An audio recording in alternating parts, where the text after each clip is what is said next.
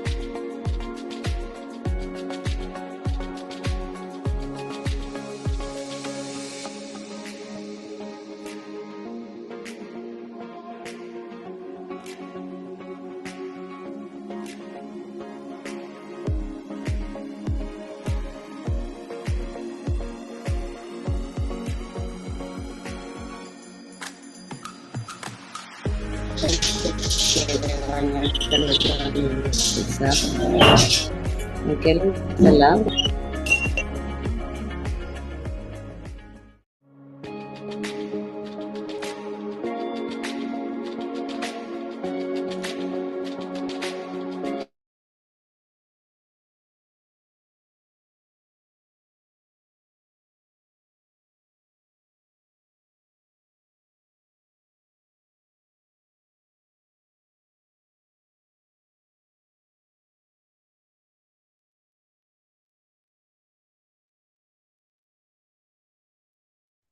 Buenas tardes, sean bienvenidos a la segunda sesión de el tema que estamos abordando en esta ocasión, que es adecuaciones curriculares. En estas 2 sesiones quiero contarles que hemos aprendido y aprenderemos acerca de los signos de alerta de las necesidades educativas especiales, qué son las adecuaciones curriculares y cómo podemos aplicarlas en el sistema educativo en el nivel preescolar y primario. Eh, para las personas que estuvieron con nosotros la vez anterior y para las nuevas personas que están hoy con nosotros, queremos presentarles a nuestra presentadora, Diana Galindo. Diana Galindo, voy a decirlo con pocas palabras porque si ustedes pudieran ver su currículum es muy extenso.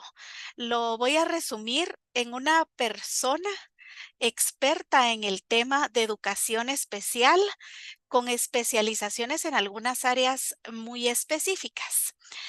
Antes de dar inicio a esta segunda capacitación que nos va, como dijimos en la primera, a explotar todas esas ideas que tenemos en nuestra cabeza relacionadas al tema de adecuaciones curriculares, me gustaría que me puedan acompañar en oración antes de poder empezar. Señor Jesús, te damos muchas gracias por esta tarde, te damos gracias por la oportunidad que nos das de poder disfrutar de tus bendiciones, que nuestros oídos puedan escuchar lo que tú tienes para nosotros, que nuestros ojos puedan ver y que nuestro cuerpo pueda sentir también. Te damos gracias por el aprendizaje que traes hoy a través de Diana. Te pedimos que bendigas este tiempo, que podamos tomar todo lo bueno para poderlo replicar en nuestros centros educativos y que los chicos que necesitan de todas estas acomodaciones puedan ser beneficiados con ellos. Te damos muchas gracias en el nombre de Jesús. Amén. Entonces, dejo en el uso de la palabra a Diana, quien hoy nos trae el tema de adecuaciones curriculares. Bienvenida, Diana.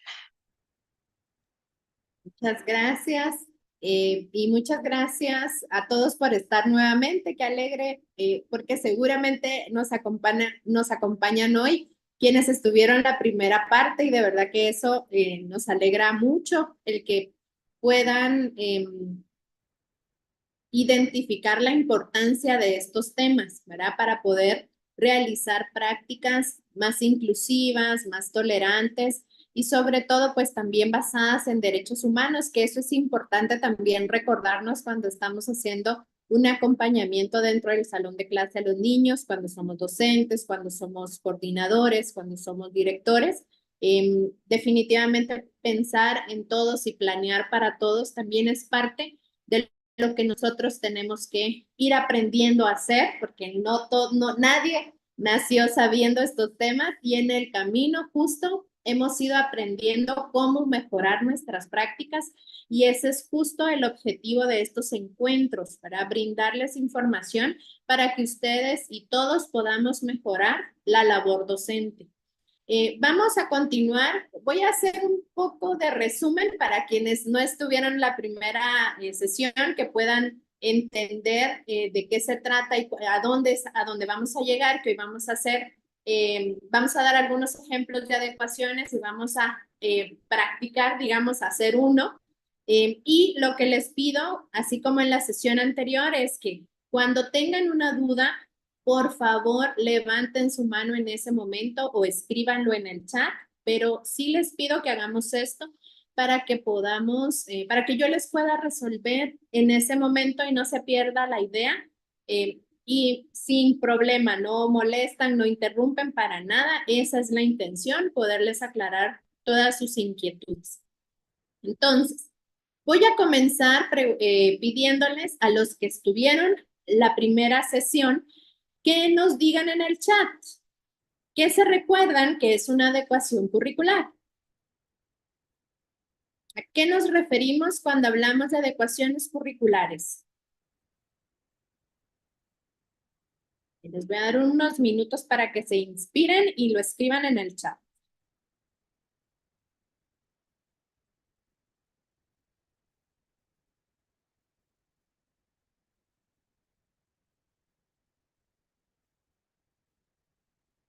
O alguien también, si nos lo quiere decir abriendo su micrófono, es bienvenido. Solo levanta su mano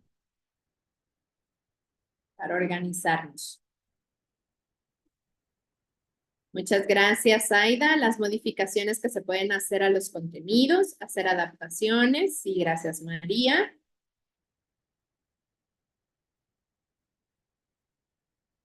A ver, ¿qué se recuerda?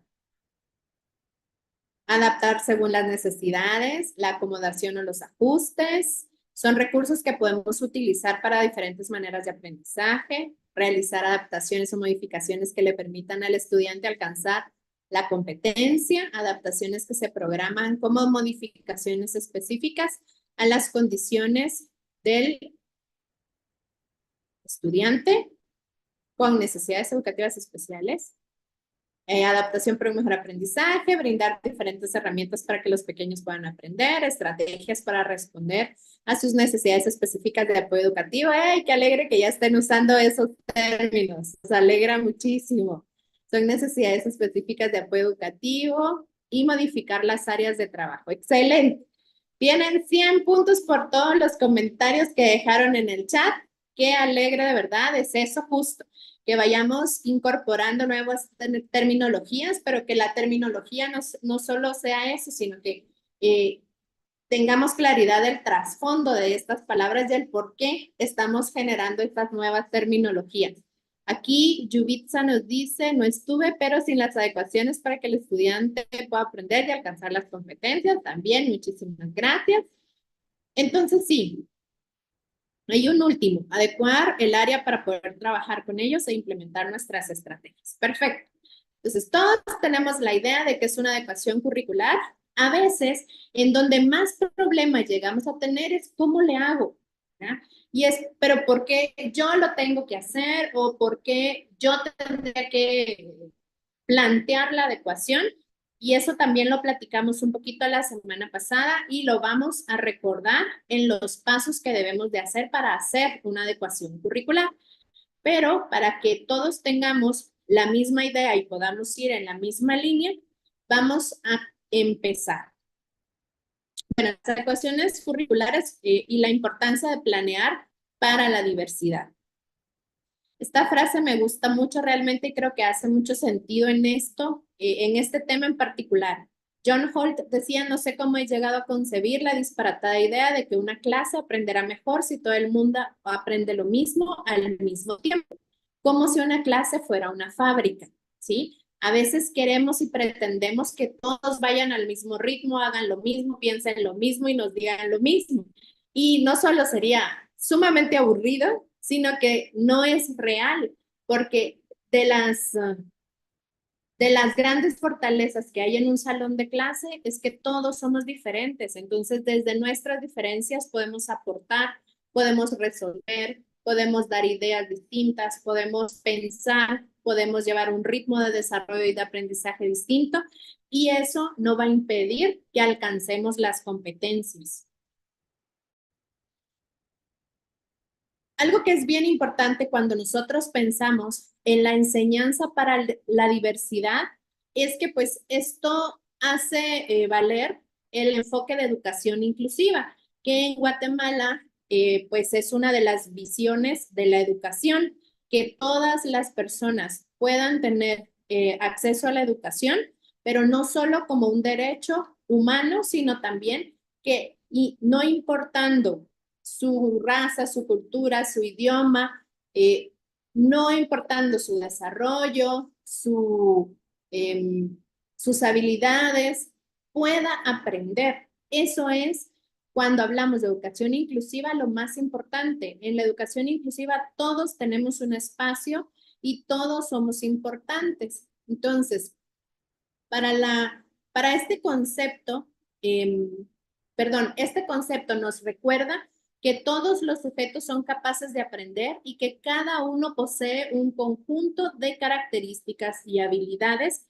que lo diferencian de los demás, que han de ser estimuladas y acompañadas para alcanzar su total potencialidad. Entonces, puede ser que si un niño no esté aprendiendo al ritmo de los demás, puede ser que esté teniendo una alimentación inadecuada, puede ser que esté teniendo problemas emocionales en casa, puede que esté trabajando en las tardes, aunque no lo deberían de hacer, pero es una realidad que lamentablemente conocemos.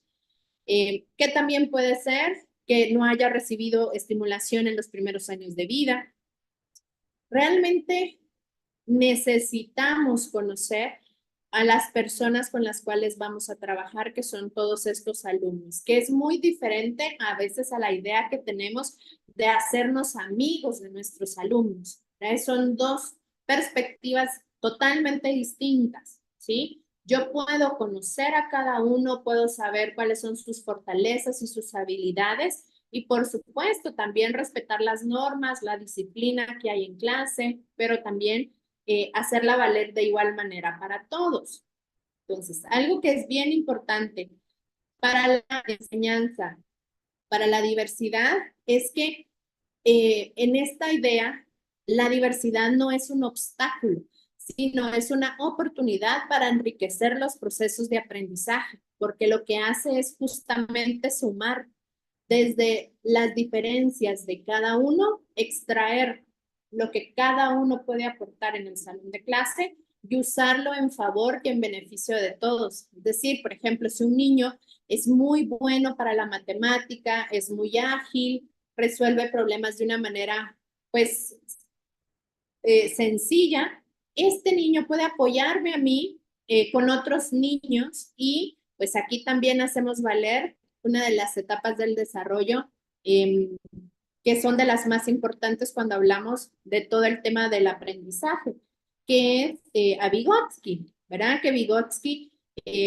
recalcaba la importancia que tenemos de aprender de nuestros pares. Entonces, cuando nosotros nos encontremos a un niño que es hábil para una tarea en particular, pidámosle su apoyo para que pueda trabajar con otros compañeros y ayudarles también a poder resolver algunos, en este caso, problemas matemáticos, pero puede ser enfocado en cualquiera de las materias, ¿sí? Algo que no podemos olvidar cuando hablamos de la enseñanza para la diversidad es la neurodiversidad, ¿sí? Es decir, que todos tenemos un cerebro, pero no todos nuestros cerebros son iguales, ¿sí? ¿Y esto por qué? Porque pues, somos personas distintas, desde la concepción tuvimos una estimulación distinta, hay madres que tuvieron la posibilidad de tener un control médico, hay madres que no lo pudieron tener, hay quienes tomaron los medicamentos que son necesarios, hay quienes no, hay quienes tuvieron una buena alimentación, quienes no, hay quienes recibieron estimulación desde que estaban en el vientre, hay quienes no. Entonces, esto ha permitido que desarrollemos diferentes tipos de conexiones en nuestro cerebro. Por eso que aquí sí es importante, cuando hablamos de diversidad, agregarle la palabra neurodiversidad, porque recordémonos que todo lo que nosotros hacemos es el resultado de conexiones neuronales. Entonces, a mayor rapidez de respuesta, a mayor efectividad de la respuesta, es porque yo tengo una red neuronal mucho más fortalecida. ¿Y qué la fortalece? La estimulación, la alimentación y todos estos factores que hablamos hace un momento. Entonces, un niño que tiene una respuesta más rápida es un niño que probablemente tuvo la posibilidad de tener experiencias que le permitieron crear estas conexiones nerviosas. Hay otros niños que no tienen la posibilidad de generar estas conexiones nerviosas. Entonces, definitivamente no son responsables ellos no pidieron también tener esta cantidad de conexiones nerviosas, sino que ha sido su experiencia y la diferencia que cada uno tenemos de tener acceso a ciertos, ciertos servicios, ¿verdad? Entonces, por eso es bien importante que nunca olvidemos la relación directa que hay del aprendizaje con el cerebro, ¿sí? Y en este caso, la diversidad y el cerebro definitivamente también, porque ese cerebro es con el que estamos trabajando todos los días y que pone atención, que tiene una habilidad para memorizar, que tiene una cantidad de lenguaje y los diferentes procesos para comunicarse, habilidades sociales,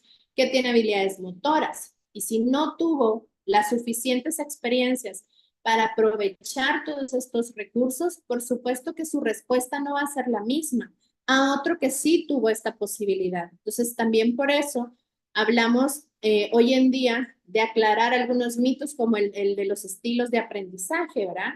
Que ese es un neuromito, hoy en día lo consideramos así. ¿Y por qué? Porque tenemos que aprovechar todos los canales sensoriales que tenemos para poder comunicarnos con el exterior. Entonces, como maestros, tenemos que optar a brindar experiencias desde estos diferentes canales. Entonces, yo uso el oído, uso la vista, uso el movimiento, uso la parte táctil, todo esto porque a mayor cantidad de estímulos voy a generar mejores y más fuertes conexiones nerviosas y la respuesta va a ser más efectiva. Y eso también a mí me va a ayudar porque entonces voy a poder enseñarles más, van a poder ir todos a un ritmo pues bastante equilibrado, pero yo tengo también que brindarle todas estas experiencias.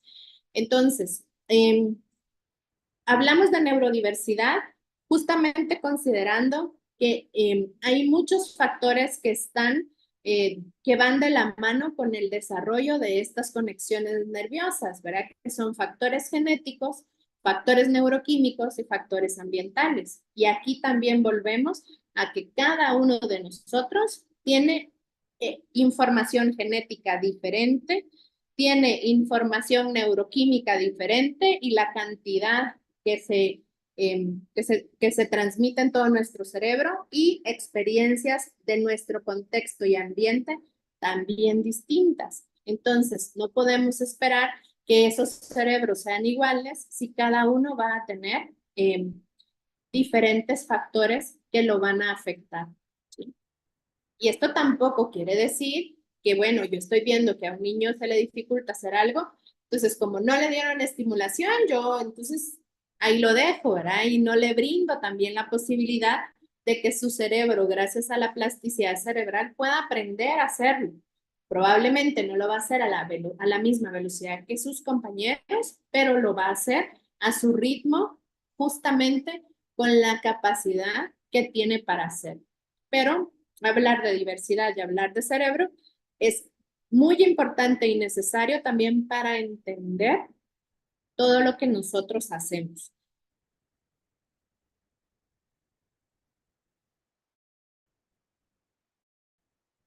Y sobre todo, la idea de la diversidad es volver a que tenemos grupos heterogéneos, ¿sí? Todos nuestros niños son diversos, entonces el hecho de ser diferente es una realidad y es un derecho, ¿sí? No tenemos por qué pedir que todos hagan lo mismo de la misma manera, sino que respetar que todos lo hagan de una manera distinta, según su realidad, según sus factores, según su cerebro, según su desarrollo, según sus experiencias, ¿sí? Por eso es importante conocerlos, porque podemos nosotros entender un poco de dónde vienen estos retos que van presentando en el aprendizaje.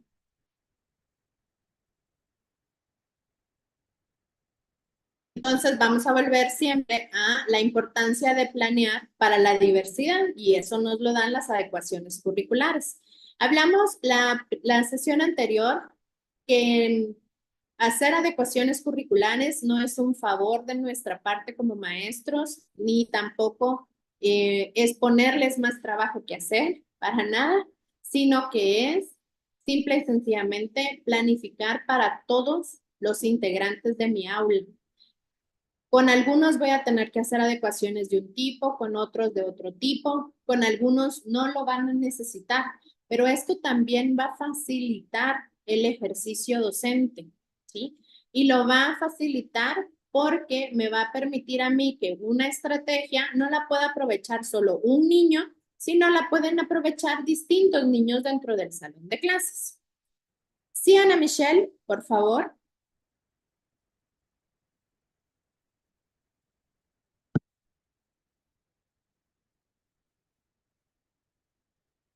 Ana Michelle, perdón, levantó su mano.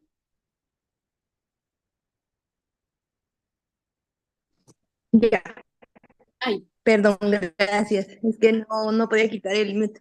Gracias, buenas tardes. Yo tengo una duda. Yo, pues, soy psicóloga, pero también soy mamá. Y me llamó mucho la atención esto porque lo puedo aplicar en ambos casos, ¿verdad? Sin embargo, em, como por la parte de mamá, tengo un hijo que tiene hipoacusia bilateral, entonces utiliza aparatos auditivos, ¿verdad? En el colegio en el que él está, por ejemplo, yo sí he leído y he ido investigando acerca del tema. Sin embargo, en el colegio me han dicho en muchas ocasiones de que ellos no trabajan con las adecuaciones, ¿verdad? Después que íbamos a hacer como, que iban a hacer como unos ajustes, así como de forma interna, pero pues vi que no hubo como apoyo así, ¿verdad? Me fui la otra vez al Ministerio de Educación y pues lamentablemente uno de los de la departamental me dijeron, mire, la verdad es de que si va a pedir las adecuaciones, sí se pueden pedir, pero puede ser de que a su hijo lo lleven mal y que el próximo año no lo vayan a aceptar. Y entonces me queda así como, eh, ¿cómo, verdad? ¿Cómo poder ayudarlo? Porque realmente pues yo no quiero como tampoco encerrarlo a él en un mundo que al final de cuentas cumple 18 años y tiene que salir a la realidad, ¿verdad? Y al mundo del diario vivir como normal, digámoslo así, ¿verdad? Entonces, esa es como mi duda de cómo manejarlo, porque hay centros que sí, pero me decían ahí de que regularmente son centros o colegios que son para niños especiales, ¿verdad? No en colegios como vamos, entre comillas, como normales, que la mayoría no lo maneja, ¿verdad? ok. Voy a responder al comentario de Ana Michelle y luego vamos con María Alejandra. Algo que es importante es considerar que la ley dice que hay que hacer, o sea, no es una opción, pero sabemos que no todos los centros educativos lamentablemente están listos y preparados para hacerlo, porque sí se requiere desde una actitud eh, del maestro, de todos los apoyos administrativos que reciben los maestros y demás. Es decir, que deberían de poderlo hacer, sí, pero muchas veces los maestros no hacen justo lo que ustedes están haciendo, que es capacitándose, aprendiendo nuevas formas y prácticas dentro del salón de clase. Entonces, lo que sucede es que entiendo que hay algunos centros que se niegan a hacerlo desde el desconocimiento, desde el no saber cómo poder apoyar y qué estrategias son las adecuadas, porque algo también importante es que cada niño, al ser un ser diferente e individual, va a necesitar diferentes apoyos. Y eso muchas veces sí es un poco complejo para algunas instituciones educativas porque no saben cuáles son las herramientas adecuadas para poder acompañar.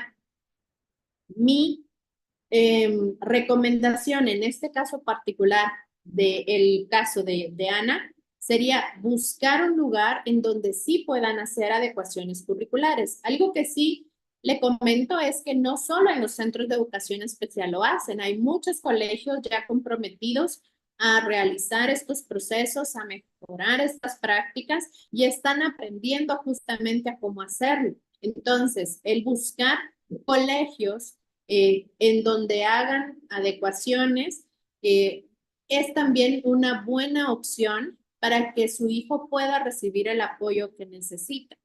¿Sí? Porque al final, pues aquí, justo en su papel de mamá y de psicóloga, en este caso puntual es de mamá, porque la importancia es que él aprenda y que aprenda no solo académicamente, sino que sea un aprendizaje que le permita mejorar su calidad de vida.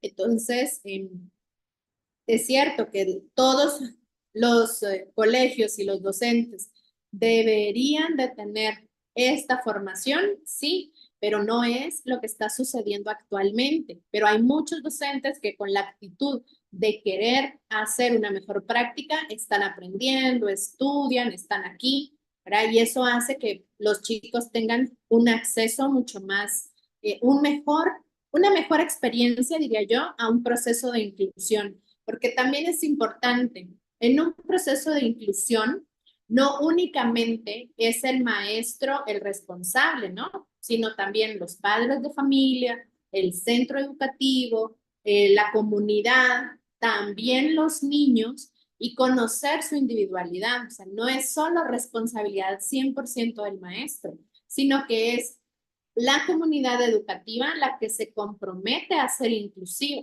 Entonces sabe que tiene que hacer ajustes, sabe y entiende que tiene que aprender a hacer prácticas distintas, ¿sí? Pero hay algunos que van poco a poco porque sé que cambiar a veces algunas ideas y paradigmas que tenemos es difícil y nos toma tiempo. Y a cada uno así, respetando esta individualidad, para cada uno de nosotros de manera individual y como docentes, nos ha tomado un proceso de cambio distinto.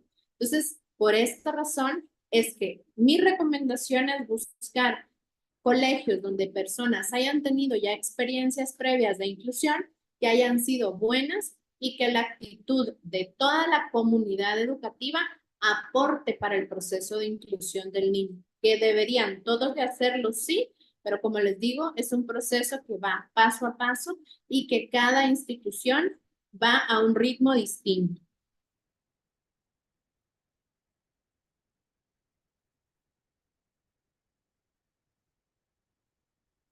Espero que les sirva esa respuesta, Ana.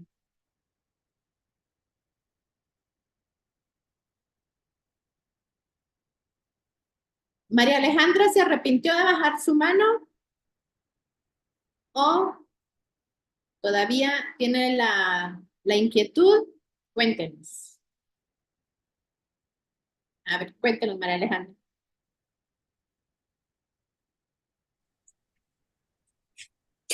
No, realmente es en ley que todos los colegios deberían de tener y aceptar a personas con cualquier condición, porque independientemente todos tenemos el derecho a la educación y la Constitución Política de la República lo establece como tal. Entonces, realmente esto no debería de haber colegios de educación especial, sino sencillamente deberían de realizarse las adecuaciones para las personas que aprenden de una manera distinta, que al final todos aprendemos de forma distinta.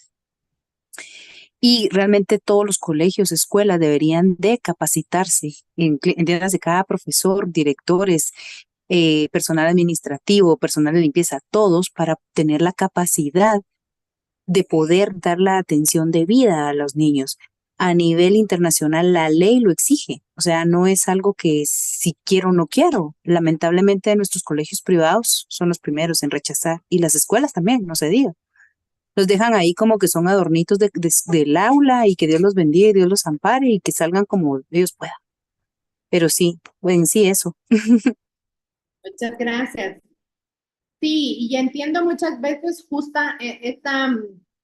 este sentido de hacer valer la ley y de que por ley justamente todos no deberían ni de preguntarse, ¿verdad? Debería de dar por hecho que en cualquier institución educativa acepten a un niño que presenta alguna condición, pero lamentablemente no es así. Algo que sí es importante es, como bien decía Anabela, hay algunas estrategias que son una respuesta.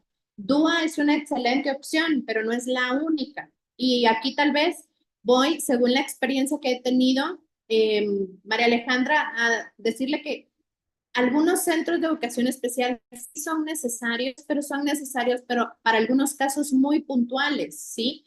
Incluso uno dice, ay, es que países del primer mundo ya no están haciendo esto. Sí, lo tienen, todavía lo tienen. Tienen centros de educación especial, tienen aulas integradas, tienen niños en procesos de inclusión, pero lo más importante es que se están haciendo cargo de la formación de los docentes para poder realizar procesos de inclusión efectivos, porque lo que sucede es que no solo se trata de que un niño lo inscribamos, sino se trata de un seguimiento, de un acompañamiento, de tener profesionales, justamente aquí como bien le decía Corina a Ana, el tener un equipo multidisciplinario que algunas veces acompaña y algunas otras no, Todas estas personas deberíamos de estar en la misma sintonía para trabajar en procesos de inclusión efectivos, pero todavía necesitamos hacer un gran proceso de sensibilización y concientización a centros educativos, pero también saben que hemos encontrado, le digo hemos porque trabajo justo con una colega en todos estos procesos de inclusión, y hemos encontrado que uno de los mayores obstáculos para los procesos de inclusión son los padres de los otros niños, ¿verdad? Que les dicen a sus compañeros, no, no te juntes con él porque es raro, porque se te va a pegar y, ¿verdad? Muchas ideas desde la desinformación. Entonces, por eso es importante que cuando nosotros asumimos el compromiso de hacer inclusión, esto también representa el que toda la comunidad se suba al barco, pero la comunidad educativa también son los papás del niño que tiene un proceso de inclusión y todos los demás, porque ellos también van a ser un elemento importante para que esa experiencia sea efectiva. Si no, es muy difícil que el proceso sea exitoso como tal. Si el niño va a estar en un colegio y nadie le va a hablar y nunca nadie se va a juntar con él, entonces también, y muchas veces los papás van a hablar al colegio para que saquen al niño, ¿sí? Entonces, por eso es que esto es un camino que ha llevado diferentes pasos y que lleva diferentes procesos, porque necesitamos estar preparados todos, porque todos vamos a ser parte de este proceso. Es una ley, por supuesto que sí, pero también esto implica hacer cambios y modificaciones en las instituciones, en los paradigmas, en la falta de información, en todas estas ideas que tenemos del concepto de discapacidad, ¿sí? Y es que es eso, si yo les pregunto a ustedes, y es algo justamente esta semana que pude trabajar con unos maestros también, y les pedía que me dijeran qué pensaban cuando escuchaban la palabra discapacidad, todo lo que me dijeron estaba relacionado con un aspecto negativo. Eran dificultades, retos, cosas, no pueden hacer las mismas cosas. Entonces, al final, si yo no tengo la información clara, también eso hace que no pueda involucrarme en estos procesos. Por eso es tan importante estos espacios donde lo platiquemos, porque también platicar es importante, platicar las experiencias de unos con otros, de yo hice esto, a mí me ha servido esto, recibimos más apoyo en este departamento, ¿verdad? Todo eso es bien importante también para que como centros educativos, compartiendo estas experiencias, podamos mejorar las prácticas. Y cada quien en su sector, porque también van a tener retos distintos dependiendo en dónde se encuentren, ¿sí? Pero estos retos no significan obstáculos para que no se hagan, ¿sí? Muchas gracias, Anabela. Sí, la DIGESP es uno de los departamentos del Ministerio de Educación que deberían constantemente estar hablando de estos temas, ¿sí? Entonces, en Guatemala hay un manual incluso de adecuaciones curriculares, pero a veces llevar estos manuales a la práctica es un poco complejo. Entonces, por eso es que también necesitamos constantemente pues estarnos capacitando para ir mejorando justamente estas prácticas también como un compromiso hacia nuestra profesión, ¿verdad? Bueno, vamos a continuar. Igual, por favor, cualquier pregunta, levantan su mano y aporte también porque son muy importantes. Entonces, las adecuaciones curriculares son justamente estas respuestas a la diversidad. Y les felicitaba a algunos en el chat porque el término necesidades educativas especiales hoy ya no se usa y esto también es importante aclararlo. En Guatemala sí se usa y lo encontramos en todos los documentos del Minedu, pero recordémonos que la reforma educativa ya fue hace varios años y que cuando hablamos de educación, la educación constantemente se está actualizando. Lamentablemente en nuestro país no se hacen reformas tan recurrentes para ir haciendo estos cambios y estos ajustes. Pero eso no implica que nosotros no lo empecemos a usar, porque es más de una perspectiva. O sea, no es que nosotros estemos hablando de manera incorrecta, sino es la perspectiva hacia donde nosotros queremos dirigir la educación, que hoy es encontrar necesidades específicas de apoyo educativo.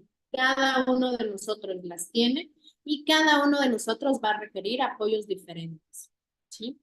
Entonces, si le dicen necesidades educativas especiales, no es que estén mal y no les va a pasar nada, pero es un simple y sencillamente estamos hablando de actualización. Por eso es que estudiar constantemente es importante, porque nos actualiza también en esta terminología. Entonces, no la vamos a encontrar en los documentos del Mineduc, porque esto surge más o menos a partir entre 2005 y 2010, que surge la reforma educativa. Entonces, imagínense, pues ya hace varios años de esto, y por eso es que justamente lo estamos platicando para que ustedes empiecen a ubicar estas necesidades específicas de apoyo educativo. Bueno, la semana pasada no, en la sesión anterior, hablamos de los tipos de adecuaciones curriculares, que hay de dos tipos, de acceso al currículo y de los elementos básicos del currículo. Que en este caso, de acceso al currículo, vamos a hablar específicamente de cambios estructurales, es decir, cambios en la estructura de las aulas, en poner una rampa, en brindarle a un alumno si necesita, por ejemplo, un escritorio distinto, ubicar al alumno en un lugar específico del aula porque tiene beneficios, modificar arquitectónicamente el aula, ¿verdad? O una rampa, agregar un pasamanos, hacer un baño específicamente para personas usuarias de silla de ruedas. Todo esto, todos estos ajustes en la estructura física son las adecuaciones de acceso al currículo. De los elementos básicos del currículo hay de dos tipos. Hay significativas y no significativas. ¿Y por qué? Porque aquí ya estamos hablando de la base curricular, es decir, ya estamos hablando de todos estos elementos como las competencias, necesitamos hablar de las competencias y su implicación aquí. Las competencias, los indicadores de logro, las actividades, los contenidos y las evaluaciones. ¿Y por qué hay significativas y no significativas? Porque, por ejemplo, en el caso de las no significativas, son todas aquellas que se hacen o que se usan en la metodología y en las técnicas e instrumentos de evaluación, como los exámenes. Pero en estas no modificamos el contenido ni el nivel de contenido que el alumno va a aprender. Entonces, aquí estamos nosotros cambiando lo que nosotros hacemos en el salón de clases. Es la forma de enseñar. Entonces, puede ser que nosotros estemos utilizando, por ejemplo, la metodología Montessori, que estemos utilizando, por ejemplo, una metodología centrada en la persona. Y todas estas las podemos ir cambiando e ir haciendo ajustes. Con uno uso una, con otro uso otra, con otro uso otra, pero no son significativas porque no cambian realmente la esencia de las competencias ni de los indicadores de logro. Es decir, no vamos a reducir el contenido ni la competencia como tal, ¿verdad? O sea, no es que lo vayamos a modificar esto, sino vamos a modificar la forma en la que van a poder alcanzar estos aprendizajes y la forma de evaluar los aprendizajes. Esto también es importante tomarlo en consideración. No hay solo una forma de evaluar. Nosotros creo que durante toda nuestra vida siempre conocemos el lápiz y papel, ¿verdad? Que son a través de diferentes tipos de preguntas, nosotros respondemos. Ya sea que respondemos una palabra, una definición, unamos paréntesis, unamos las dos respuestas de una columna a la otra, todas estos que ya conocemos. ¿Sí? Estas son opciones de evaluación, que son las que más se utilizan, sí, pero por ejemplo hay otro tipo de evaluaciones que podemos hacer, por ejemplo, para una persona que tiene dificultades en la visión, pues podemos hacer una evaluación oral sin ningún problema, ¿sí? Y ahí estamos calificando el mismo contenido y estamos evaluando también los contenidos dados. Entonces, por eso es importante tener claridad que nosotros dentro del salón de clases podemos variar nuestras estrategias. No siempre tenemos que hacer lo mismo, aunque siempre nos haya sido útil, ¿sí? Porque justo yo he escuchado de, llevo 10 años de dar la clase y siempre la enseño igual. Sí, pero en 10 años creo que también es importante hacer una modificación, refrescar la forma, cambiar un poco el método, hacerlo por lo menos si lo hacía siempre de un color, hacerlo de otro, ir variando para que el niño pueda alcanzar realmente las competencias que nosotros queremos, ¿sí? Entonces, ¿qué ejemplos de adecuaciones no significativas podemos tener? Por ejemplo, darle más tiempo a un niño para entregar una tarea, entregarla de una forma diferente al resto de sus compañeros, que si es un trabajo grupal, pero el niño pierde mucho la atención o tiene retos sociales, que pueda trabajar de manera individual. Que, por ejemplo, el maestro pueda trabajar con él un horario específico de visual, ¿verdad? Donde él pueda escribir qué le toca hacer en el día, porque eso lo ayuda a prestar atención, lo ayuda a aceptar los cambios, ayuda a ser más flexible. Por ejemplo, si todos escriben 100 palabras, que él escriba 60 palabras. O sea, estos ajustes a las diferentes actividades que yo voy a realizar para alcanzar esa competencia, pero que de igual manera le va a permitir aprender lo que busco y lo que el CNB me está solicitando que aprenda, ¿sí? Algo que es bien importante con estas adecuaciones no significativas es que sí van a requerir un poco más de intervención de parte del maestro, porque van a ser un poco más especializadas, es decir, para cada uno va a ser unas distintas.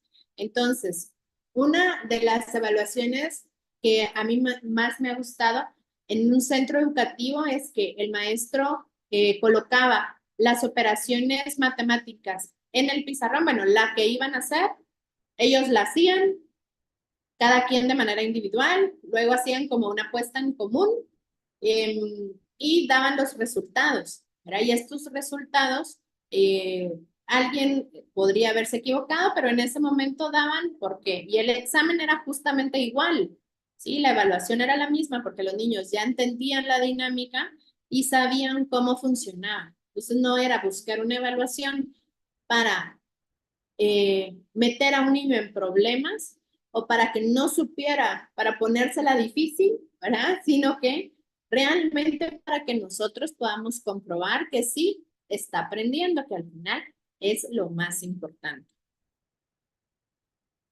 Y también tenemos adecuaciones significativas, que aquí sí van a modificar esta parte sustancial del currículo, como los indicadores de logro, los objetivos en su momento, los contenidos, actividades de evaluación, adaptándolos a un nivel de funcionamiento del estudiante. Es decir, que aquí nosotros podemos hacer un ajuste en el indicador de logro, donde yo, por ejemplo, si yo estoy pidiendo que escriban, pero el niño no logra escribir aún, que lo pueda hacer por otro medio, ¿sí? ¿Y por qué este es distinto al anterior? Aunque estemos hablando de la forma.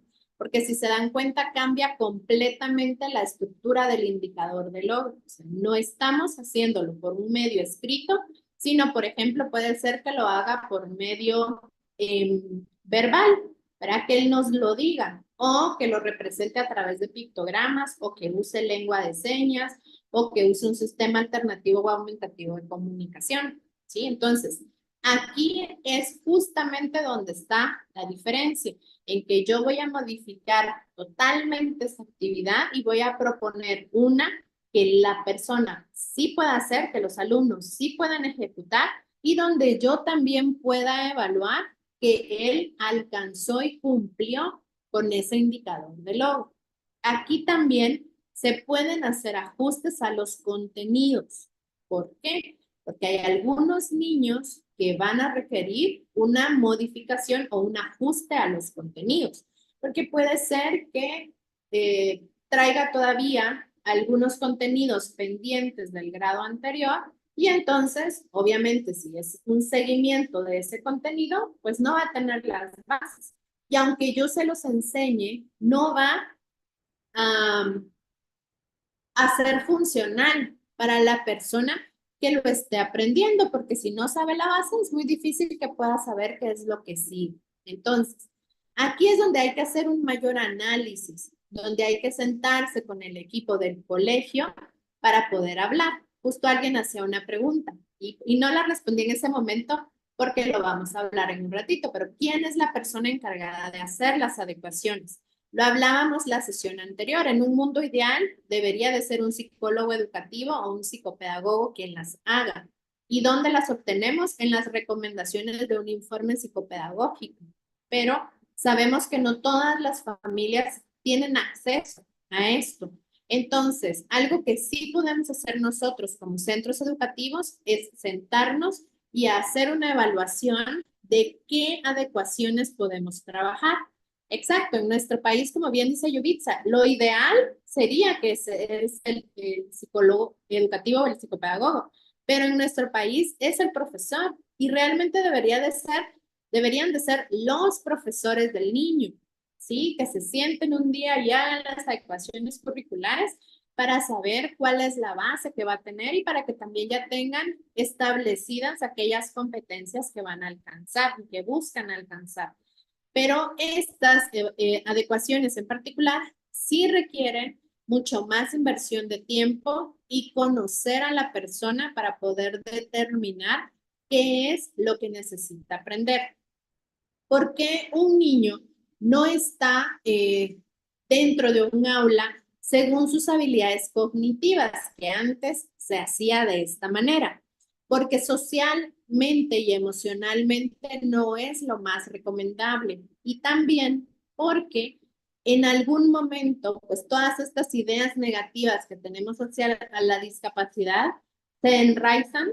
Si yo tengo a un niño, perdón, a un adolescente de 15 años en tercero de primaria, porque entonces yo lo sigo viendo como un niño pequeño, y no, ya él es un adolescente. Sí, pero está con los niños, entonces sigo teniendo estas ideas de que las personas con discapacidad son ángeles para siempre, son niños eternos, no tienen intenciones ni intereses de una persona según su etapa de desarrollo. ¿Sí?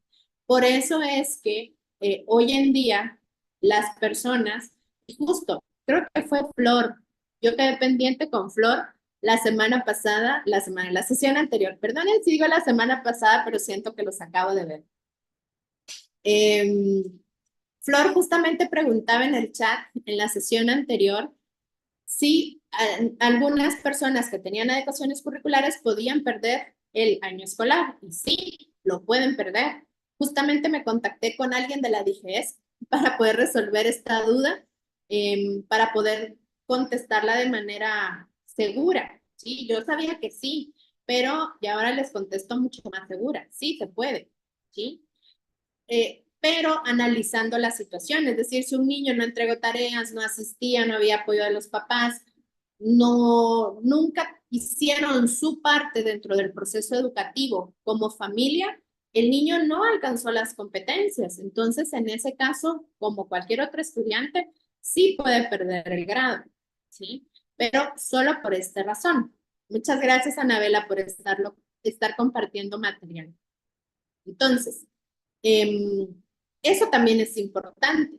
Nosotros podemos hacer estas adecuaciones y podemos hacer estos ajustes, pero el contexto escolar, es decir, la familia debe de ser parte importante y no todo es como, bueno, como tiene adecuaciones, entonces se lo van a dejar pasar o no lo va a entregar o no darle tanta importancia, digamos, al proceso educativo porque el niño tiene una condición de discapacidad, tiene algún reto en el aprendizaje o está teniendo adecuaciones curriculares. ¿Sí, María Alejandra?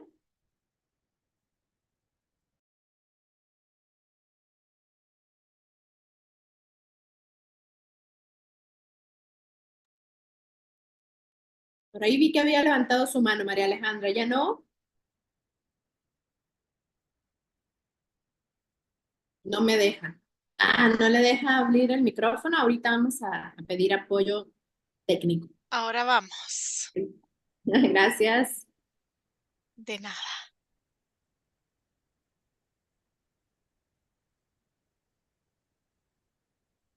Que nos diga si ahora ya puede.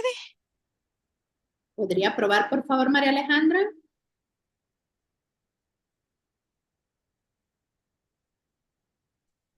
Ay, creo que no. Es Alejandra González, ¿verdad? Es María Alejandra Larios. Ahora la ubico.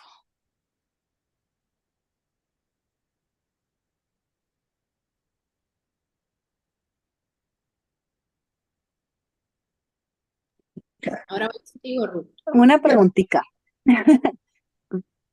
Por ejemplo, yo tengo un caso,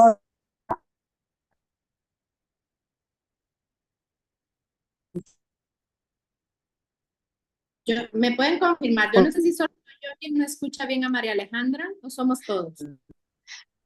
Efectivamente, no se escucha. María, fíjese que no la escuchamos.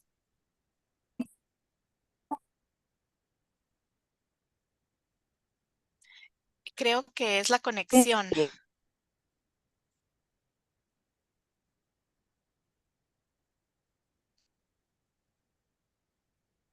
Ok, la vamos a colocar. Creo que no nos puede escuchar tampoco. María Alejandra. No la escuchamos. Nada.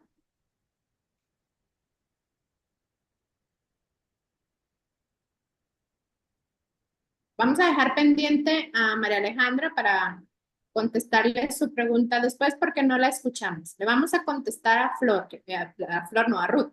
A Ruth que nos pregunta, si hay un caso de discapacidad intelectual, suponiendo que el CI sea de un niño de 8 años y cronológicamente tiene 12, está en sexto, ¿podríamos usar la planificación de segundo para trabajar con el niño? Sí, se podrían usar los contenidos de, a ver, aquí es donde justamente hay que hacer este análisis. Porque, por ejemplo, en la parte actitudinal podríamos, si el niño tiene un desarrollo cognitivo que le permita resolver situaciones de un niño de 12 años, entonces se pueden utilizar algunos contenidos en la edad cronológica que tiene y algunos contenidos de la observación que hicimos estableciendo que puede estar dentro de un grado de segundo, ¿sí? Aquí mi recomendación tal vez es desde lo que nosotros hoy trabajamos, dejar de tratar de colocar edades cronológicas, hablar más de desarrollo, ¿sí? Entonces, porque a veces no, un niño de 8 años puede ser también muy diverso, entonces establecer que tiene un CI de un niño de 8 años es un poco difícil. Es más fácil a través de lo que yo observo poder establecer si puede aprender ese contenido o no. Entonces, ahí es justamente donde está el análisis para hacer las adecuaciones. El análisis es en qué áreas o en qué materias necesitan hacer estas adecuaciones. Es en todas, es en algunas, es específicamente en matemáticas, pero en medio social puede perfectamente tomar esos contenidos. Eso es. Y también nos sirve para poder, por ejemplo, que pasa en muchos lugares, que son a las personas que tienen, por ejemplo, una discapacidad intelectual, que tienen 25 años, están enseñándoles las vocales.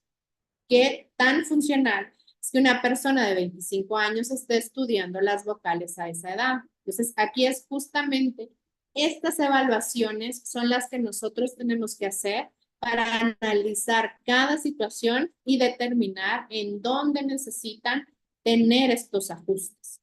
Sí, pero por supuesto que sí, es posible en ese caso. A ver, Jessica, por favor, cuéntanos.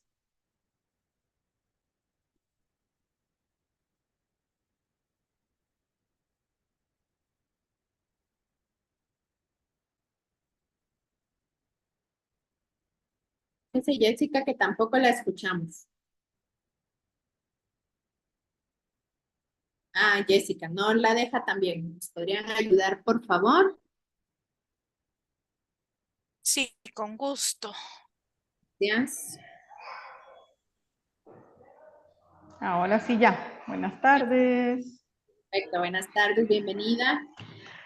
Gracias ahí. Mire, un aplauso para usted. Créame de que lo veo como directora y como mamá. También por fin alguien que dice lo que yo he pensado. porque sí me he topado, ¿verdad? Con el hecho de que como guardería eh, peleado con bienestar social por eso mismo, ¿verdad? Que me dicen, no, es que por la edad tiene que estar en donde tiene que estar. Y he luchado por estos pequeñitos porque yo les digo, de verdad, no, o sea, su hijo tiene 4 años, pero tiene la mentalidad de un niño de 2. Entonces, cuando ya lo coloco con los peques de 2, es como que si se unieran los legos de club, que hace re bien porque comienza a actuar y después ya vamos viendo avances. Entonces, cuando ya vamos viendo avances, ya es donde ya lo colocamos un poquito más adelantado, pero vamos con ello al ritmo de cada pequeñito. Y lo mismo, por ejemplo, es lo que yo pedía para mi hija, ¿verdad? Que también ya sufrí eso, donde me cerraron las puertas como mamá porque la peque es autista y que muy sutilmente le dicen a uno, mire, no la aceptamos.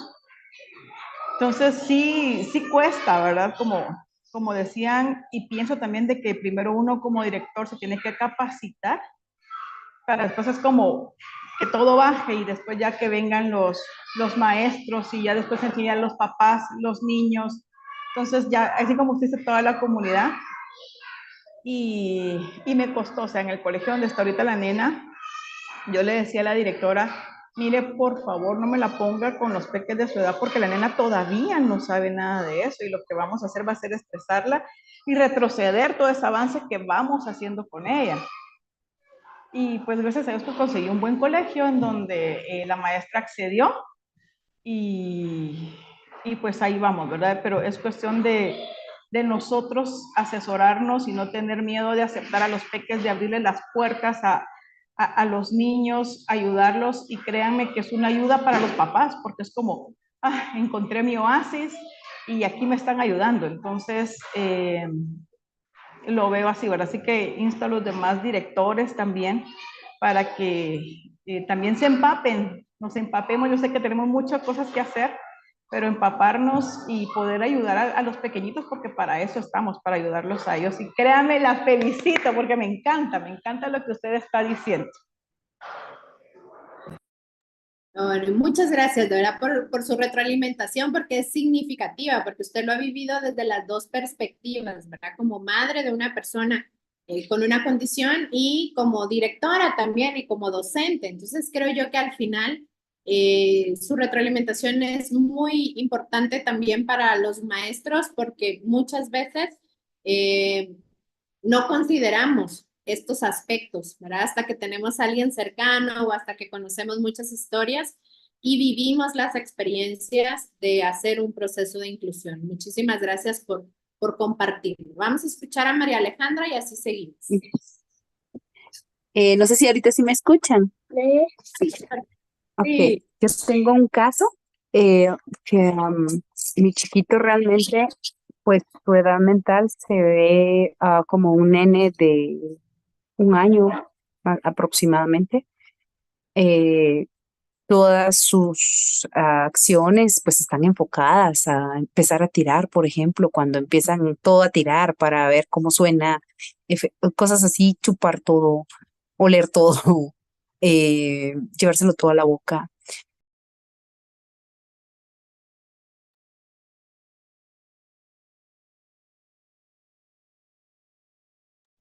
María Alejandra, creo que la perdimos. Sí, ya no la escuchamos.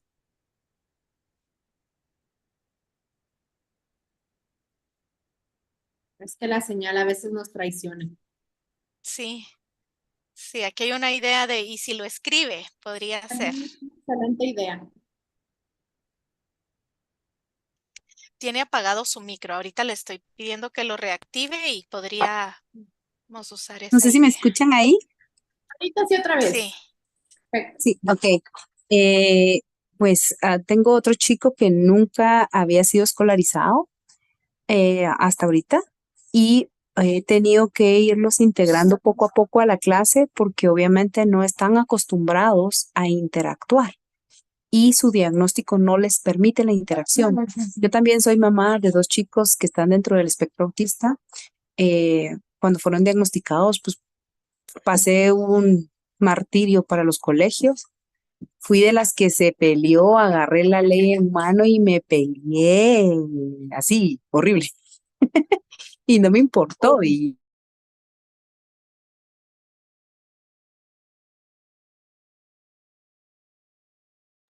Solo nos emociona con su relato, pero nos deja a medias. María Alejandra, escríbalo, porque nos vamos a quedar a medias con su relato y nos interesa mucho escuchar. regulación que necesitan, porque muchas veces no tienen la regulación y es necesario sacarlos, que ellos se regulen y volverlos a integrar dentro del aula. Pero lo dicen, no, es que entonces ya no es inclusión, porque eso es integración. No, pero es que ellos necesitan regularse, necesitan su espacio, necesitan aprender de forma diferente. Tengo este chiquito que yo sé que su edad mental es otra cosa, o sea, 3 diagnósticos en una sola persona es bien complicado y hay que irle buscando la adaptación. Y claro, su forma de juego muchas veces es, te pego un arañazo, porque está aprendiendo y eso no es juego. O sea, eso es lastimar a otro chico. Entonces también es buscar la integridad de los otros chicos y pues adaptarlo a las primeras etapas de la escolarización, ¿no? Entonces, pues los contenidos que vamos a buscar van a ser los de esa etapa, pero con la edad, porque el área cronológica continúa. Entonces, él va a buscar que su cuerpo va a buscar el adaptarse a las cosas que están haciendo los otros, a los juegos que están haciendo los otros, aunque no comprenda cómo, pero es irle buscando esa adaptación también. O sea, no es que uno se triplique el trabajo, no. Sencillamente es buscar la forma. Y recordemos que no hay forma más bonita de aprender que a través del juego. Porque nos olvidamos que nosotros fuimos niños y no jugamos. O sea, no entiendo. Nunca he entendido eso. Muchas gracias de verdad por contarnos su experiencia y sí, creo yo que cuando lo vivimos, como hablábamos justamente con Jessica, también cuando se vive desde diferentes perspectivas es mucho más fácil empatizar y reconocer todos estos elementos que podrían estar dificultando el proceso, pero ya cuando nosotros tenemos un poco más de información, podemos aclarar algunas dudas, es muy importante pues empezarlo a practicar. Y algo también que yo les quiero decir es que de hoy para mañana no van a volverse expertos en hacer adecuaciones curriculares, porque no pasa así como no pasa con todo lo que aprendemos. Es poco a poco, pero lo más importante es irlo haciendo, irlo probando, ir intentando hacerlo, porque definitivamente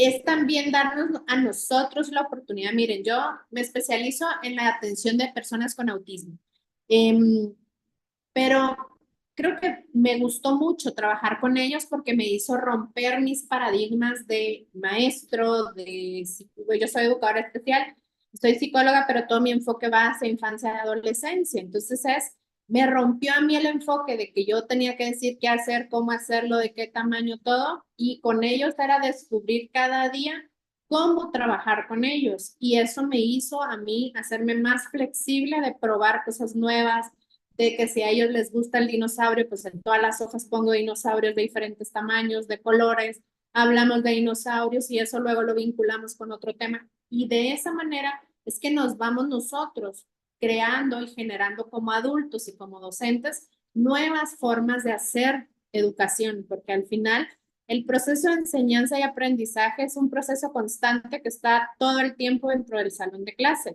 pero realmente conectar con alguien para darle estas herramientas para que aprenda algo útil es tener la intención de que aprenda. Y eso es lo que jamás debemos de olvidar cuando estamos planificando, que estamos planificando para mejorar su calidad de vida, ¿sí? De todos nuestros alumnos. Queremos que ellos decidan qué es lo que quieran ser y hacer, y justo como Anabel nos cuenta su caso también en el chat, muchas gracias por compartir, es que no sabemos si nosotros estamos limitando la capacidad de alguien que puede llegar a hacer lo que quiera hacer, pero puede ser que nosotros en algún momento también estemos funcionando como un obstáculo para el aprendizaje y la participación de los chicos, ¿verdad? Y que su condición de discapacidad sea más compleja. Pero si nosotros podemos flexibilizar un poco el proceso, se hace mucho más efectivo para la persona, para la familia como les digo, para la comunidad educativa. Entonces, para ir cerrando, vamos a hablar de los pasos para elaborar una adecuación curricular. Como les decía, este es el supuesto como el soñado como debería de suceder. No pasa en Guatemala, pero no por eso no tiene que suceder. Que es revisar la evaluación psicopedagógica individual. Si no se tiene una evaluación psicopedagógica, se puede hacer una consulta con todos los maestros, establecer cuáles son los retos del niño y con base en esa evaluación se hacen los ajustes y las adecuaciones necesarias, ¿sí? Por supuesto que si el alumno puede tener acceso a una evaluación, pues está perfecto y sería muchísimo mejor, ¿sí? Porque no solo se recibiría la retroalimentación del docente, sino también el de un profesional. Entonces, eso junto daría muchas más recomendaciones para hacer las adecuaciones correctas. La lectura de las competencias. ¿Por qué esto es importante? Porque aquí aplica el dicho de si yo no sé a dónde voy, cualquier camioneta me lleva, ¿sí? Si yo no tengo claro qué quiero que el niño aprenda, entonces yo también no tengo claro de a dónde lo voy a llevar, cómo lo voy a llevar y qué es lo que quiero evaluar, ¿sí? Las adecuaciones a los indicadores de logro, tomando en cuenta la competencia. ¿Yo puedo hacer un ajuste en el indicador de logro? Sí, justamente lo vamos a ver en el ejemplo, y este ejemplo aparece en una de las páginas del Mineduc, y lo tomé justo para podérselos explicar, porque a veces lo vemos y no tenemos claridad del por qué. Por eso lo tomé, pero ahorita lo vamos a ver. Es yo, después de haber leído la competencia y tener claro qué es lo que quiero que la persona logre, entonces voy a los indicadores. Digo, bueno, ¿cómo quiero que lo haga? Entonces aquí yo ya puedo hacer los ajustes necesarios para alcanzar la competencia, pero ya sé a dónde voy. Ya sé qué transmetro tengo que tomar, si me voy en Uber, si me voy en carro, si me voy en moto, cualquiera de estas opciones, ya sé cómo las voy a lograr, ¿sí? Las adecuaciones de contenidos. Reviso, si es necesario hacerla, entonces lo hago. Si no, pues no lo hago, porque tampoco es que todos van a necesitar hacer ajuste en todos. Cada niño va a necesitar o puede necesitar un ajuste en diferentes elementos del currículo. Adecuar la metodología, y aquí es donde algunas veces nos cuesta a nosotros más, porque vienen estas ideas de, es que así lo he hecho siempre, con los alumnos siempre funciona, entonces pensamos que es un aspecto personal, que yo no estoy siendo un buen maestro, y no tiene que ver con eso. Es que en su momento fue funcional, pero ahora toca modificar o meterle un poco de tecnología, ¿verdad? Usar todos los recursos tecnológicos y adaptarlos a esta nueva forma en la que yo quiero enseñar o yo quiero alcanzar esto, entonces voy a usar este recurso, esta aplicación, que ahora hay un montón y que la mayoría son gratuitas, y eso también hay que aprovechar. Y pues por último, las adecuaciones en la evaluación. No es que sea menos importante, pero que es el último paso, digamos, en este proceso. Entonces, y también aquí abrirnos a una posibilidad muy variada de opciones. Dejar de pensar que las únicas formas de evaluar es con lápiz y papel. Puede ser a través de un proyecto, puede ser a través de un video, puede ser a través de un examen oral, puede ser a través de una obra de arte. O sea, aquí las formas en las que yo puedo asegurarme que conocen el contenido son muy diversas también, y esa diversidad la puedo usar. Incluso puedo dar a elegir qué es lo mejor para cada alumno, porque según sus necesidades le gusta más esto, le gusta más esto, le gusta más esto, ¿sí? Entonces, ellos pueden ir creando un grupo según sus intereses y evaluar según sus intereses. Y no solo los voy a mantener motivados, sino que voy realmente a comprobar si están aprendiendo. Y puede ser hasta que aprendan de más, ¿sí? Porque eso quiere decir que al estar motivados van a buscar, van a buscar, van a buscar, y van a estar interesados con conectar. Entonces, esos son los pasos. Y en el primero, que es donde usualmente decimos, es que el encargado es un psicólogo, ahí frenamos y ya no seguimos. No. Ahora pensemos, el encargado es cualquier persona que pueda disminuir barreras para el aprendizaje y participación de los niños, que en este caso son los maestros, es la coordinadora educativa en apoyo con todos, algunos padres de familia también que trabajan mucho con sus hijos en la casa, los conocen re bien, pueden también darnos información. Entonces, si hay un informe, es una gran herramienta, pero si no, puedo generar formas para obtener esta información. Este es justo el ejemplo que les digo, que si se dan cuenta, aquí está se lo voy a correr, aquí está la competencia, están los indicadores de logro original, el modificado, el contenido original y el modificado, la evaluación, ¿sí? Que justamente va a depender de cómo lo trabajamos, que en este caso, si se dan cuenta, es por medio de la lengua de señas. Entonces, vemos aquí que la competencia se expresa oralmente. Por eso les digo que tenemos que leer la competencia para poder guiarnos con el indicador de logro. Entonces, ¿qué es lo que nosotros vamos a trabajar? Este es un chico que tiene discapacidad auditiva. La adecuación está hecha para un chico con discapacidad auditiva. Entonces, la competencia es expresa oralmente sus opiniones, sentimientos, emociones y experiencias de su contexto familiar y escolar. Si ustedes han visto a una persona con discapacidad auditiva platicar con otra persona sorda, van a ver que son de los más expresivos para hablar a través de la lengua de señas. Que uno los ve y uno dice, uno cree saber qué es lo que están diciendo por sus gestos, ¿sí?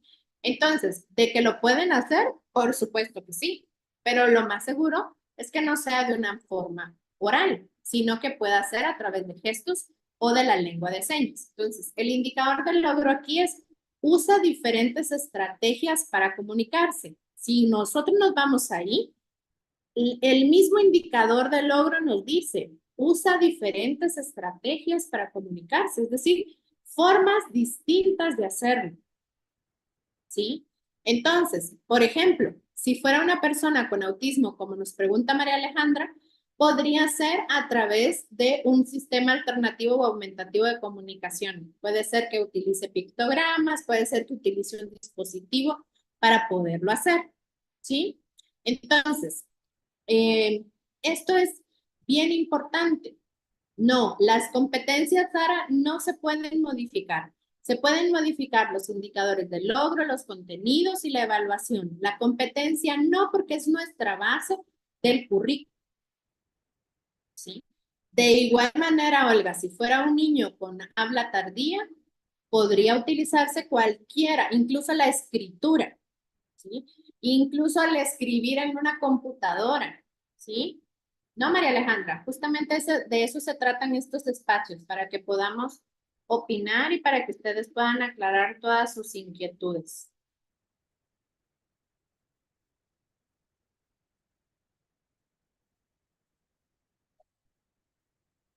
Estaba leyendo una información que les tengo que dar, pero bueno. Entonces, aquí yo ya veo mi indicador de logro, que obviamente está relacionado con la competencia, y pienso, este niño, ¿cómo puede expresar sus opiniones, sentimientos, emociones y experiencias? Y puedo pensar muchas formas, a través de hacer un cuento, a través de contar una historia, a través de hacer una publicación en una red social, a partir de hacer un afiche, puede ser un cartel, una exposición, el contar algo que les guste. Tenemos muchísimas opciones. Aquí, formas de poderlo hacer, hay muchísimas. Pero, si se dan cuenta, en este caso, por el caso en particular, a quien se le está haciendo la adecuación, utiliza gestos acompañados de sonidos para hacer peticiones. Esto porque seguramente el chico tiene algunas habilidades de oralización. Entonces, por eso es que lo más seguro es que se coloca así. Entonces, también se va a trabajar lectura labiofacial, lengua de señas, gestos faciales o corporales, ilustraciones o aparatos auditivos para contrarrestar su discapacidad. Los aparatos, pues ya será un acompañamiento médico quien lo decide, ¿sí? Pero lo más importante es...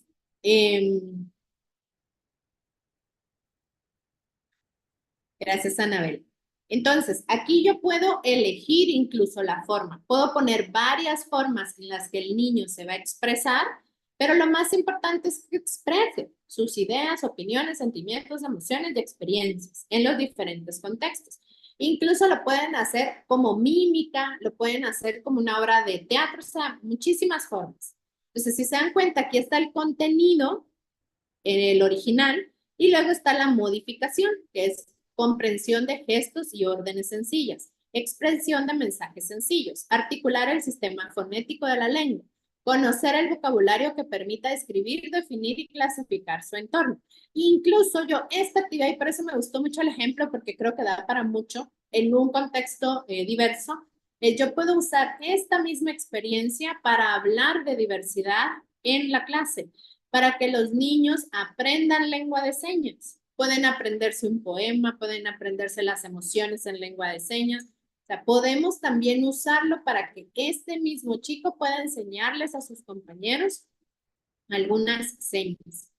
Y la evaluación es a través del uso de lengua de señas, de dibujos, de expresión escrita, de la forma en la que sea más fácil para el niño poder hacer esta expresión de sus sentimientos, pensamientos e ideas. ¿Se cumple la competencia? Sí, pero lo hizo a través de la manera en la que él puede hacerlo, ¿sí?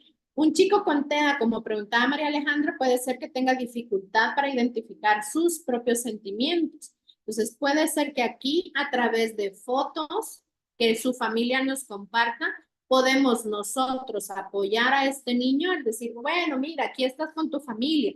Y si él tiene, si él es una persona hablante, puede también contarnos. Y si es una persona no hablante, yo le puedo apoyar. Miren, aquí está fulanito con su familia en el parque cuando fueron a ir trapetapa y entonces se la pasaron muy bien y poder preguntarle a la persona, ¿y cómo te sentiste? Y tal vez tener una carita feliz, una triste, y tal vez él agarra la feliz, y entonces la enseña, bueno, te sentiste feliz. Entonces nosotros estamos de igual manera trabajando en esta competencia, pero lo estamos adaptando a la habilidad de cada niño. Ok, Glacy, aquí es un tema bien amplio porque cuando un niño no tiene apoyo en casa, pues hay muchas razones, pero y por supuesto que va a afectar, pero no tiene que ser un argumento para que nosotros no podamos hacer lo que podamos dentro del salón de clase, ¿sí? Sabemos que no va a ser el niño que haga las tareas más bonitas o al que le dediquen mucho tiempo en casa, pero por lo menos el tiempo que esté con nosotros en el salón, tiene que aprovecharlo de la mejor manera posible, ¿sí? Sara, ¿cómo se puede presentar esto que nos comparte?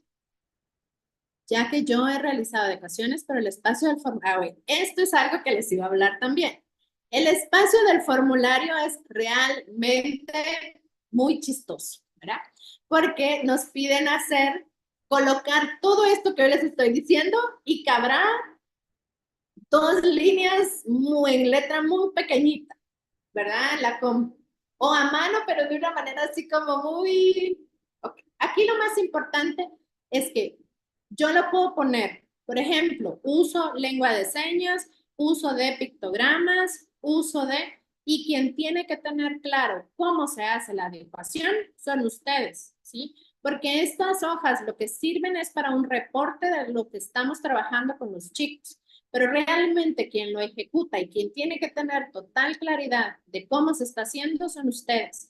Entonces, incluso ustedes pueden hacer un formato con estas modificaciones donde a la par de la columna, donde sea necesario, vayan haciendo sus adecuaciones con los chicos, ¿sí? Por supuesto que a los niños, en los espacios que tenemos en los formularios, pues poner lo que se pueda y lo que quepa de una manera muy resumida, ¿sí? Eso les digo, yo llené muchas hojas de estas porque justo trabajé con niños con discapacidad auditiva, entonces era poner todas las adecuaciones que hacíamos en un espacio muy pequeño. Entonces aprendimos a ponerlo así. Palabras muy concretas de uso de lengua de señas, uso de pictogramas, uso de material visual, uso de recursos de apoyo visual, ¿verdad? Palabras claves, porque si no, no nos cabe. Dejas así. Pati nos dice que deja de escribir un número de palabras y tiene tope. En mi experiencia en el colegio donde laboro, lo llenamos en consejería escolar y nosotros abreviamos con palabras clave. Justo. Esto es lo más recomendado, el uso de palabras clave, porque quienes necesitan tener claridad de los ajustes que están haciendo son ustedes, ¿sí? Entonces, bueno, eso sería por hoy como ejemplo. Yo sé que decir, ay, sí, qué fácil, así, no, sí, es complejo, es bastante trabajo, pero al final es querer hacerlo, es querer lograr que un niño aprenda, ¿sí? Es tratar de hacer los ajustes que necesita la persona justamente para que pueda aprender lo mismo que los demás de una manera adecuada a sus necesidades y también dejar de pensarlo como una carga al trabajo docente, que a veces sí se toma así, pero quisiéramos quisiéramos saberlo y quisiéramos aplicarlo y quisiéramos que todos los colegios lo hicieran, pero también tomen este proceso como eso, un proceso de aprendizaje también para ustedes, de ir intentando hacerlo poco a poco y cada vez lo van a ir haciendo mejor, ¿sí? Y justo como dice Pati, el ir usando y teniendo ya palabras clave para ponerlo, incluso para ustedes, donde solo hagan estas modificaciones utilizando estas palabras clave, ¿sí? Les va a servir muchísimo para poder también ir aprendiendo estrategias para trabajar con los diferentes chicos de sus clases, ¿sí? Ok, en el caso, lo que pregunta Ruth, que es importante, que es en las hojas de ecuaciones se pide poner diagnóstico y si no hay un diagnóstico en sí, ¿qué se coloca? Yo lo que recomiendo que se coloque es una impresión diagnóstica. Sí, si no se tiene un diagnóstico, se pueden poner conductas, posible diagnóstico de, posible diagnóstico de. Y aquí las consejeras, los psicólogos dentro de las instituciones pueden apoyar. Y si el maestro no sabe, lo que puede poner es una dificultad en el aprendizaje, ¿sí? Porque justamente es lo que se está evidenciando. No se sabe la razón porque no se han hecho los exámenes y las evaluaciones para hacerlo, pero sí se observan dificultades. Entonces, pueden poner dificultades en el aprendizaje, ¿sí? Porque al final, como docentes también, su papel no es establecerles diagnósticos a todos, ¿verdad? Sino que justamente si tienen un psicólogo o un orientador en los centros, ellos pueden ser las personas indicadas para hacerlo y si no, si no tiene un diagnóstico ya establecido, puede ser justamente una dificultad en el aprendizaje. Porque, por ejemplo, así como hoy, que es el día en que se conmemoran las enfermedades raras, hay muchas enfermedades raras que no vamos a saber sus diagnósticos nunca en Guatemala porque no tenemos suficientes casos como para tener estos resultados. Entonces, sabemos que el niño tiene retos, sabemos que el niño va a tener una necesidad de apoyo, pero no sabemos cómo se llama. Entonces, simplemente aclarar que tiene una dificultad en el aprendizaje. Y si en el establecimiento no se cuenta con un psicólogo o consejero, ¿qué debemos hacer? Allá también ya les comenté qué pueden hacer en ese caso. Alguien levantó la mano y la bajó, pero no caché ver quién era. Lo siento, yo también solo vi así y bajó. Sí, tenemos una arrepentida.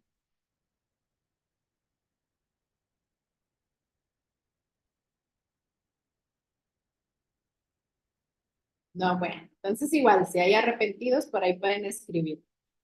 Entonces, bueno, la intención, sí, no, y Pati tiene, bueno, por ejemplo, en Guatemala no existe una carrera que existe en Costa Rica que es pedagogo hospitalario. Hay un psicopedagogo hospitalario, en Guatemala no hay, porque justamente son todos los niños que por alguna situación de enfermedad física, pues pasan mucho tiempo en hospital o tienen que hacer quimioterapias, por ejemplo, y luego regresan al colegio y tienen periodos en donde se ausentan de sus clases, no hay. Entonces, en este caso, justamente también se puede colocar por una enfermedad física.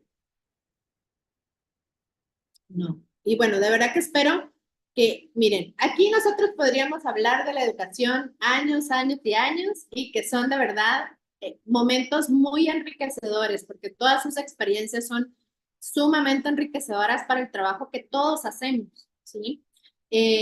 Algo que también es bien importante es que no olvidemos que la intención del docente es acompañar y facilitar dentro del salón de clase un proceso de enseñanza-aprendizaje.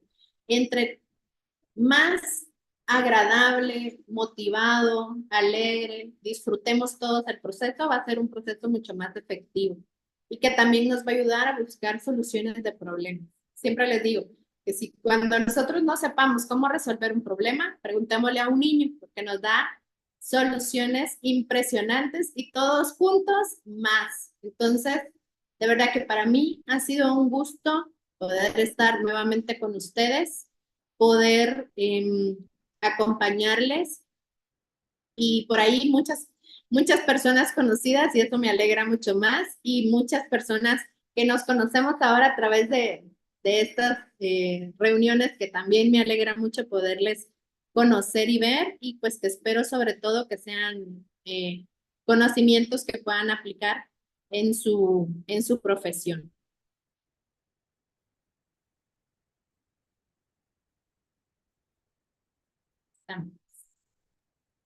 Súper.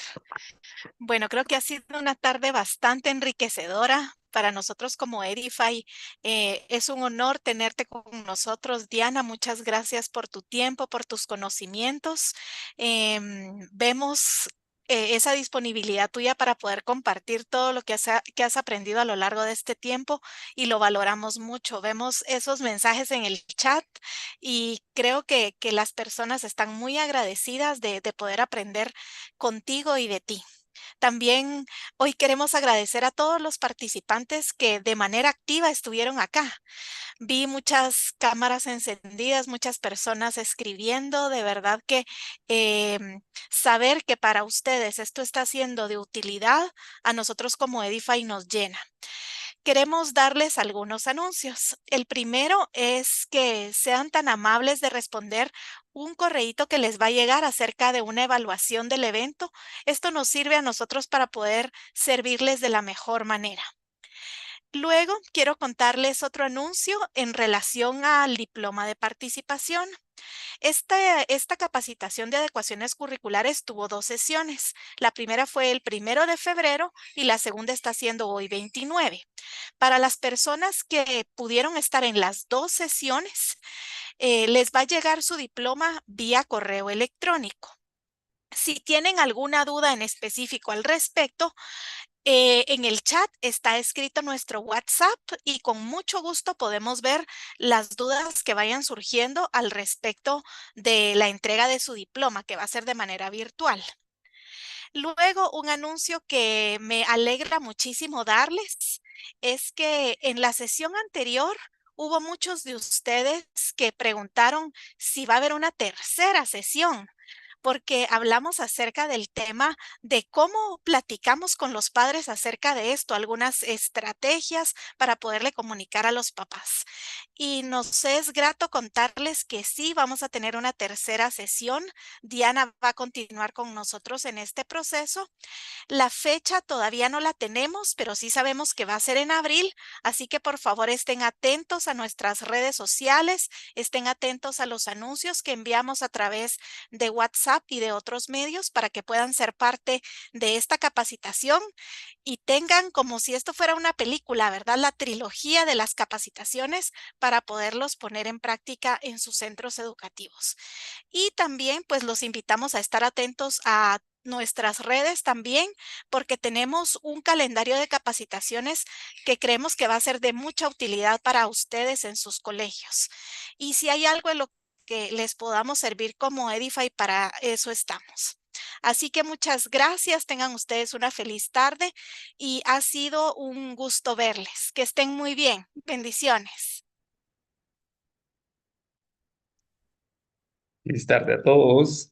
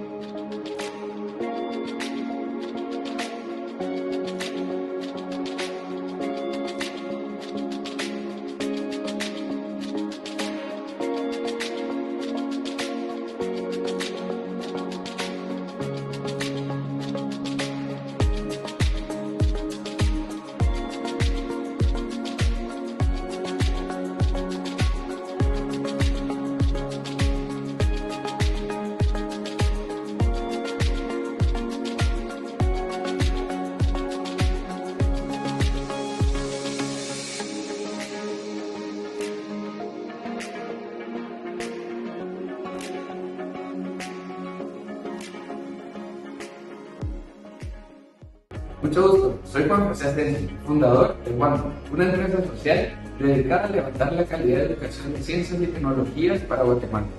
Usamos robótica, programación e impresión 3D como herramientas didácticas.